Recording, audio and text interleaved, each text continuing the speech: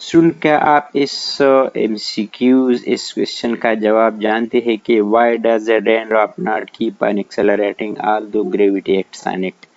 जब भी कोई रेन ड्रॉप फॉल करता है तो कंटिन्यूसली इस पे ग्रेविटेट करती है, लेकिन इसकी वेलोसिटी कंटिन्यूसली नहीं बढ़ती। ठीक है, तो इसका आंसर क्या है? इसका आंसर है टर्मिनल वेलोसिटी। ओके, एक और क्वेश्चन है, टर्मिनल वेलोसिटी जब कोई बॉडी गेन करता है तो इस पे क्या होता है? इसका वेट जीरो बन जाता है, या ड्रैग फोर्स वेट के बराबर हो जाता है, या इस पे और इसकी वेलोसिटी जीरो बन जाती है, या इसका एक्सेलरेशन। तो इस किस्म के मजीद MCQs सॉल्व करने के लिए मेरे साथ रहिए। चलो स्टार्ट करते हैं। आज हम डिकेड क्रैश कोर्स 2026 का लेक्चर नंबर 20 है, और आज के लेक्चर में हम डिस्कस करने वाले हैं टर्मिनल वेलोसिटी। तो आज के लेक्चर में क्या डिस्कस करने वाले हैं? Definition, important formula, graphs, indicate tracks, common mistakes और इंडिकेट MCQs को हम डिस्कस करेंगे। तो चलो स्टार्ट करते हैं। सबसे पहले हम जानने की कोशिश करेंगे कि व्हाट इज टर्मिनल वेलोसिटी। तो टर्मिनल वेलोसिटी को हम इस तरह सिंपली डिफाइन कर सकते हैं कि when a small sphere of mass m falls in a viscous medium like air or water। तो जब भी कोई रेन ड्रॉप या कोई भी जिस्म हो वो किसी विस्कस मीडियम में मूव करता है, और इस पे जो ड्रैग फोर्स होता है वो बराबर हो जाता है इसके वेट का। तो इसके बाद बॉडी जो है वो कांस्टेंट वेलोसिटी से मूव करती है, जिसको हम कहते हैं टर्मिनल वेलोसिटी। ठीक है, इनिशियली क्या होता है? इनिशियली जब कोई लेट्स से ये एक ड्रॉप है और ये इसका वेट है mg और डाउनवर्ड डायरेक्शन में मूव कर रहा है, तो इनिशियली क्या होता है कि इसका जो वेट होता है वो इसके ड्रैग फोर्स से ज्यादा होता है, यानी मैं लिख सकता हूँ कि Fd is greater than mg।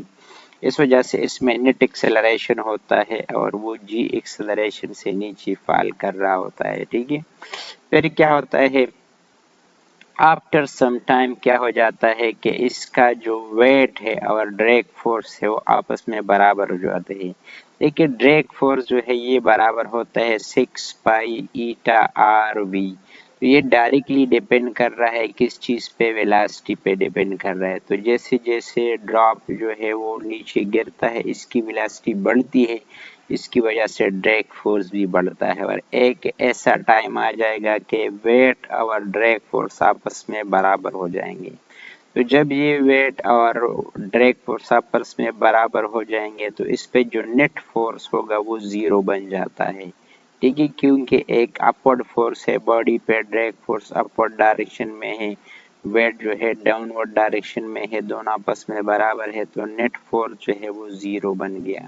Net zero force zero होगा तो एक्सेलरेशन भी नेट जीरो होगी, और रेन ड्रॉप जो है वो इसके बाद कांस्टेंट मैक्सिमम वेलोसिटी के साथ तो नीचे डायरेक्शन में मूव करेगी, जिसको हम कहते हैं टर्मिनल वेलोसिटी इसको कहते हैं। ठीक है, तो अब टर्मिनल वेलोसिटी का फार्मूला कैसे निकाले? तो टर्मिनल वेलोसिटी का फार्मूला निकालना बहुत आसान है। जब भी हम कंसिडर करते हैं कि वेट और बॉडी का और इस पे जो ड्रैग फोर्स है वो बराबर बन जाते हैं, तो ये क्या होता है? ये बॉडी जो है टर्मिनल वेलोसिटी के साथ मूव करती है। अब ड्रैग फोर्स बराबर होता है 6 पाई ईटा आर वी के बराबर होता है। ठीक है, और वेट जो है W is equal to mg के बराबर है। तो जब ये इसको हम इक्वल पुट करेंगे तो mg बराबर होगा 6 पाई ईटा आर वी के बराबर होगा। ठीक है, अब हमने वैल्यू निकालनी है वेलोसिटी की। दोनों साइड को हम 6 पाई और ईटा से डिवाइड करेंगे, इन तीनों से डिवाइड करेंगे, बल्कि v से भी। तो हमारे पास रिलेशन आएगा v is equal to mg divide by 6 pi eta और r, और v जो है इस वेलोसिटी को हम कंसिडर करेंगे टर्मिनल वेलोसिटी। ठीक है, तो टर्मिनल वेलोसिटी जो किसी स्फीयर के है जिसका मास m है, इसका रेडियस r है, तो इसको हम कैसे निकालेंगे? यहाँ पे अगर आप देखें तो वीटी जो है वो डायरेक्टली डिपेंड कर रही है किस चीज़ पे, मास पे डिपेंड कर रही है। वीटी जो है वो डायरेक्टली डिपेंड कर रही है किस चीज़ पे, आर इनवर्सली प्रोपोर्शनल है आर के, और वीटी जो है वो इनवर्सली प्रोपोर्शनल है विस्कोसिटी ऑफ द मीडियम के, कि जितना गाढ़ा मीडियम होगा उसमें टर्मिनल वेलोसिटी कम होगी। अब अगर किसी स्फेरिकल जिस्म के लिए टर्मिनल वेलोसिटी निकालना चाहते हैं तो स्फेरिकल जिस्म का जो वॉल्यूम होता है वो बराबर होता है 4 divide by 3 pi r cube के बराबर होता है। ठीक है, तो ये वैल्यू अगर हम इस्तेमाल करें और डेंसिटी की डिफिनेशन इस्तेमाल करें, डेंसिटी को हमने इस तरह डिफाइन किया है मास पर नट वॉल्यूम। तो यहाँ पे अगर हम वॉल्यूम की वैल्यू इस इक्वेशन में पुट करें तो मास जो है वो बराबर होगा, यानी यहाँ भी v से मल्टीप्लाई करें, यहाँ भी v से मल्टीप्लाई करें, तो मास बराबर होगा रो v के। रो डेंसिटी है, ठीक है, और v वॉल्यूम है। तो इसके लिए हम अगर वैल्यू लिखे तो हम लिख सकते हैं कि मास बराबर है 4 पाई, ठीक है, 4 पाई रो भी इसके साथ होगा, ठीक है, आर क्यूब और डिवाइड बाई 3 है। ठीक है, तो इसकी वैल्यू हम अगर इस इक्वेशन में पुट करें, मास की वैल्यू अगर हम पुट करें तो हम लिख सकते हैं 2 रू जी आर स्क्वायर डिवाइड बाई 9 ईटा, यानी टर्मिनल वेलोसिटी की वैल्यू आएगी हमारे पास 2 रू जी आर स्क्वायर डिवाइड बाय 9 ईटा। ठीक है, यहाँ पे इस इक्वेशन में अगर आप देखें तो ये आर और ईटा पे भी डिपेंड कर रही है, यानी टर्मिनल वेलोसिटी डायरेक्टली प्रोपोर्शनल है आर स्क्वायर के। अब इन चीज़ों को हम डिस्कस करने वाले हैं कि किन फैक्टर्स पे वेलोसिटी जो है वो डिपेंड कर रही है। तो टर्मिनल वेलोसिटी जो है वो डिपेंड कर रही है, नंबर 1 अगर हम डिस्कस करें, अगर कि इसकी डेंसिटी कांस्टेंट हो, विस्कोसिटी कांस्टेंट हो, तो फिर जो है ये जो टर्मिनल वेलोसिटी है आर स्क्वायर पे डिपेंड कर रही है, डायरेक्टली प्रोपोर्शनल है आर स्क्वायर के। ठीक है, तो अगर हमारे पास दो ड्रॉप्स हो, एक का रेडियस ज्यादा हो दूसरे का कम हो, तो इनकी वेलोसिटी को अगर हम कंपेयर करें, v1 एक ड्रॉप की वेलोसिटी है, लेट्स से ये छोटा ड्रॉप है और ये बड़ा ड्रॉप है, इसकी वेलोसिटी जो है टर्मिनल v1 है, इसकी टर्मिनल वेलोसिटी जो है v2 है। इनको हम कंपेयर करें तो हम लिख सकते हैं v1 divide by v2 is equal to r1 square divide by r2 square. मतलब जिस ड्रॉप की का रेडियस ज्यादा होगा उसकी टर्मिनल वेलोसिटी ज्यादा होगी, जिस ड्रॉप का रेडियस कम होगा उसकी टर्मिनल वेलोसिटी जो है वो कम होगी। ठीक है, अच्छा जी, अगर रेडियस को हम लेट से डबल करें तो वेलोसिटी पे क्या असर पड़ेगा, वेलोसिटी जो है 4 टाइम इंक्रीज होगी, क्योंकि यहाँ आर स्क्वायर पे डिपेंड कर रही है। तो अगर आर को हम डबल कर दे वी जो है 4 टाइम इंक्रीज होगी। Number 2, if radius gravitational acceleration और विस्कोसिटी को हम कांस्टेंट रखें तो फिर जो वेलोसिटी है टर्मिनल वेलोसिटी वो डिपेंड कर रही है किस चीज पे डिपेंड कर रही है, वो डेंसिटी पे, और डायरेक्टली प्रोपोर्शनल है डेंसिटी की। मीन जितनी ज़्यादा डेंसिटी होगी उतनी ही उस जिस्म की टर्मिनल वेलोसिटी ज़्यादा होगी। अगर हम दो ड्रॉप्स ले लें और इनका रेडियस सेम हो और डेंसिटी भी मीडियम की विस्कोसिटी भी सेम हो, रेडियस भी सेम हो, लेकिन एक की डेंसिटी ज़्यादा हो और दूसरी की डेंसिटी कम हो, तो फिर हम लिख सकते हैं कि v1 divide by 2 is equal to रो1 डिवाइड बाई रो2, यानी जिस ड्रॉप की डेंसिटी ज़्यादा होगी उसको जिसकी जो टर्मिनल वेलोसिटी है ज़्यादा होगी। अगर डेंसिटी को हम डबल कर दे तो टर्मिनल वेलोसिटी जो है ये भी डबल हो जाएगी। अच्छा जी, नेक्स्ट अगर हम कंसिडर करें कि आर को भी हम कांस्टेंट रखते हैं, डेंसिटी को भी कांस्टेंट रखते हैं, विस्कोसिटी को भी कांस्टेंट रखते हैं, तो फिर v जो है वो g पे डिपेंड कर रही है। ठीक है, और डायरेक्टली प्रोपोर्शनल है g के।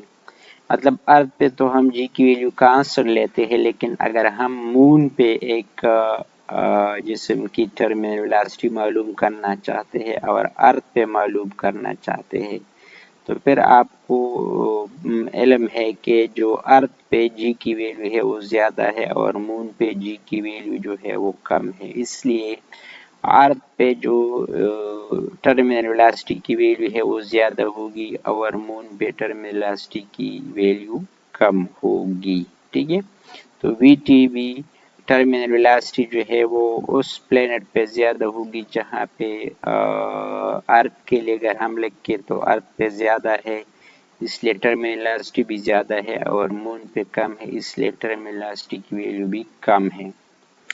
Number 4, if r is constant, gravitational acceleration is constant, density is constant, तो फिर जो है ये विस्कोसिटी पे डिपेंड कर रही है टर्मिनल वेलोसिटी, और इनवर्सली प्रोपोर्शनल है विस्कोसिटी के। यानी अगर हम विस्कोसिटी को डबल कर दे तो टर्मिनल वेलोसिटी जो है वो हाफ रह जाएगी, क्योंकि ये डिपेंड कर रही है एज इनवर्सली प्रोपोर्शनल।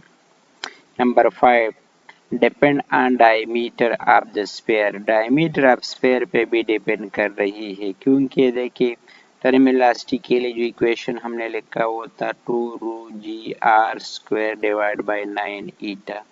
अब हमें पता है कि किसी भी स्फेरिकल जिस्म का जो एरिया होता है वो बराबर होता है 4πr²। तो अब अगर r² से इसकी वैल्यू यहाँ पे पुट करें तो हम लिख सकते हैं कि r² बराबर है a डिवाइड बाई 4π।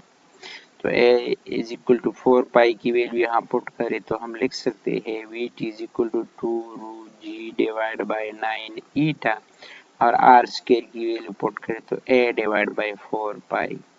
इस इक्वेशन से आप डायरेक्टली अंदाज़ा लगा सकते हैं कि वीटी जो है ये डायरेक्टली प्रोपोर्शनल है एरिया के।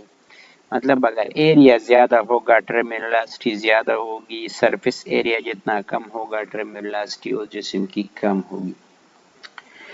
अच्छा जी, अब ग्राफिकल हम किस तरह रिप्रेजेंट कर सकते हैं इन टर्म्स को, तो ग्राफिकली अगर हम इसको रिप्रेजेंट करना चाहे तो भी रिप्रेजेंट कर सकते हैं।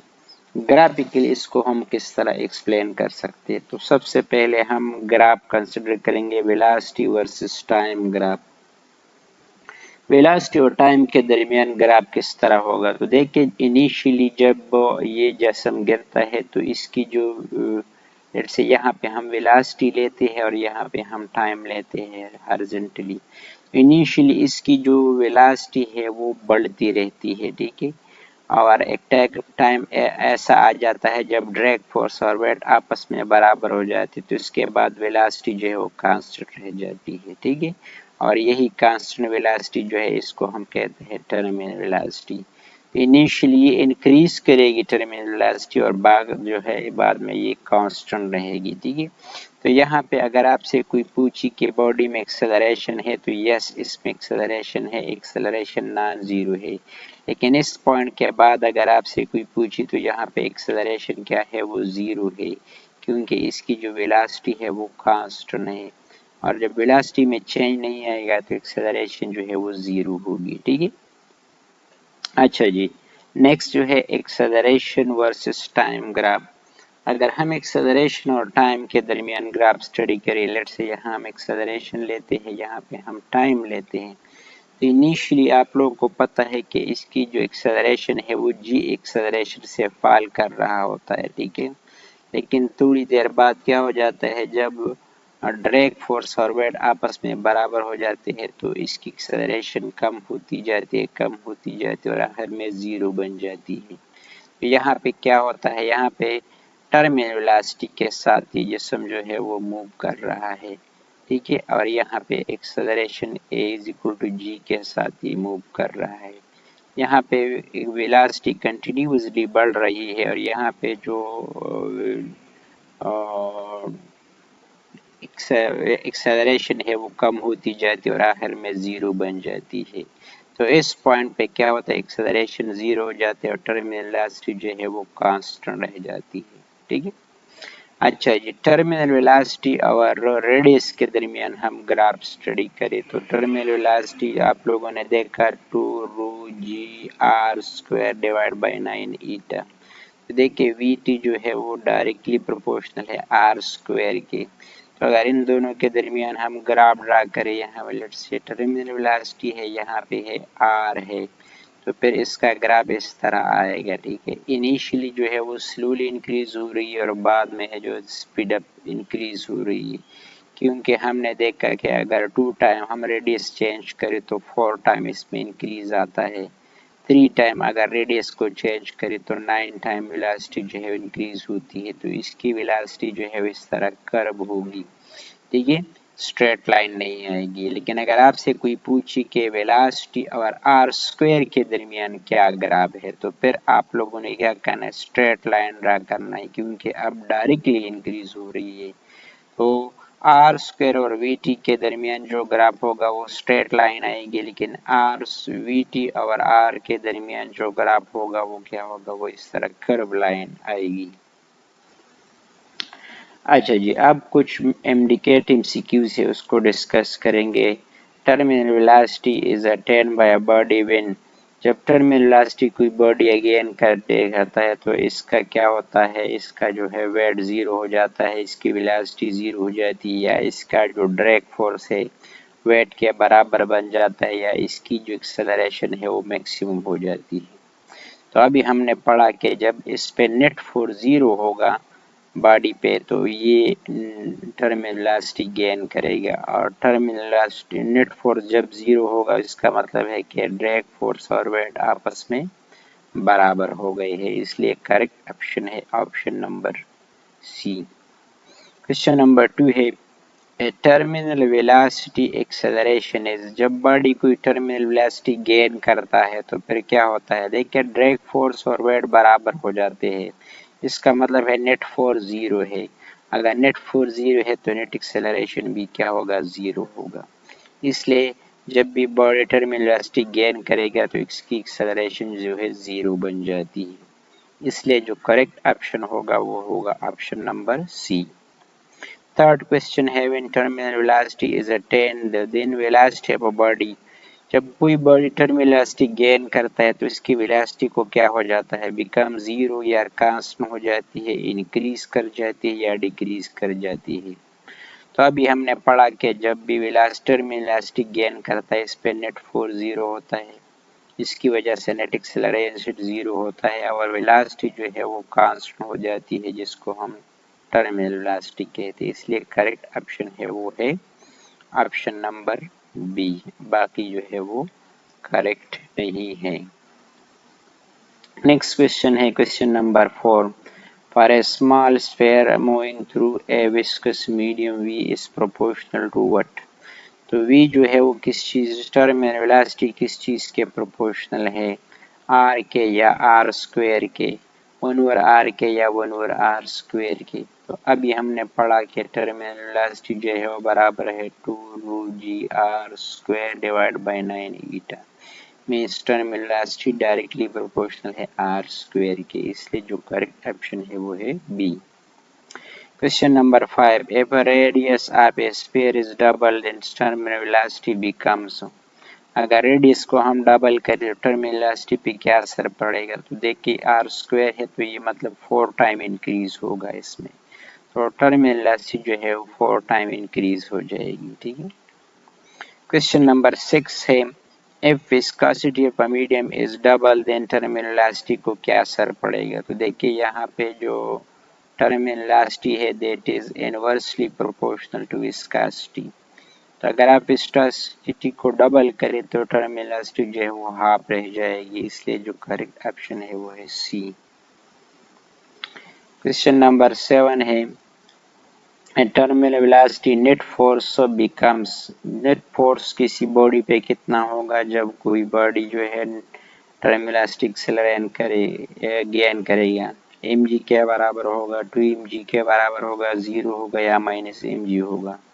तो अभी हमने पढ़ा जब नेट फोर्स बॉडी पे 0 होगा वो टर्मिनल वेलोसिटी गेन करेगा, इसलिए करेक्ट ऑप्शन है सी। और लास्ट MCQs है कि a terminal velocity net acceleration becomes, तो नेट एक्सेलरेशन क्या होगा वो आप लोगों को पता है कि ना g के बराबर है, ना 2g के बराबर है, ना -g के, बल्कि 0 के बराबर होगा। ठीक है, तो मजीद ऐसे MCQs के लिए अगर आप इंडिकेट की तैयारी कर रहे हैं मेरे चैनल फिजिक्स को सब्सक्राइब करें और मज़ीद लेक्चर के लिए स्टे ट्यून रहे मेरे साथ। Thank you so much for watching.